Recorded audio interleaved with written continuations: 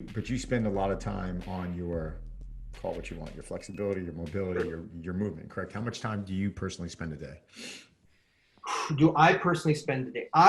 I tend to. It's funny because not a lot of people ask me for specifically what I do, but I spend the whole day working out, if that makes sense. I go by a 24-hour rule where I choose things that need to be worked on, and then I kind of take the full 24-hour day as a working as my workout, and then I just bleed it in accordingly. Now, when you ask me how much of it I do, the question's actually good. It opens up another can of worms because a lot of people, for some reason, like you said, they put you into they pigeonhole you, and they would think, for example, that I don't lift weights or that I don't do any resistance training, and that I'm just trying my best to get as bendable and as flexible as I can. That's not true.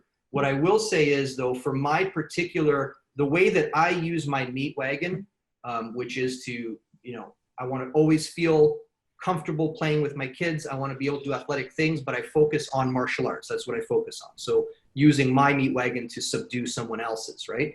So if you give me a person who does that, I'm going to tell you that internal training, let's call it internal training now, because I prefer to call it internal training versus mobility training. So if we separate external training like patterned exercises, the deadlift, the bench press, the box squat, and then we go internal training, which is the purposeful attempt to increase the determinants of strengths internally before moving it to external demands.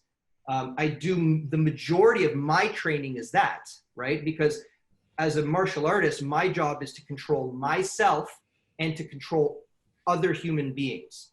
Now, assuming you're a competitive martial artist, I'm not going to have to control someone who weighs 700 pounds, right? I'm not going to fight a super heavyweight. So I'm going to have to be able to control people in and around my size.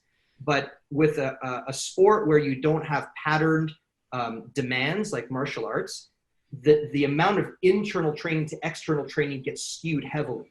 So if you ask me, what do I do a lot of? I do a lot of internal training, but I also do my share of external training. If there was a particular thing that I wanted to get better at, if I wanted a harder teep kick, or if I wanted to do something specifically, then I would put external training to supplement the internal training to get me the exact speed requirement out of my strength, if that makes sense. That's for me, though. Having said that, I do not, and you know this, I don't teach people to do what I do. Right. I teach people to try to find out what their client needs, and then I go from there. And if that's the standpoint, then people do as much internal mobility training as they need to prepare their internal environment for their external demands.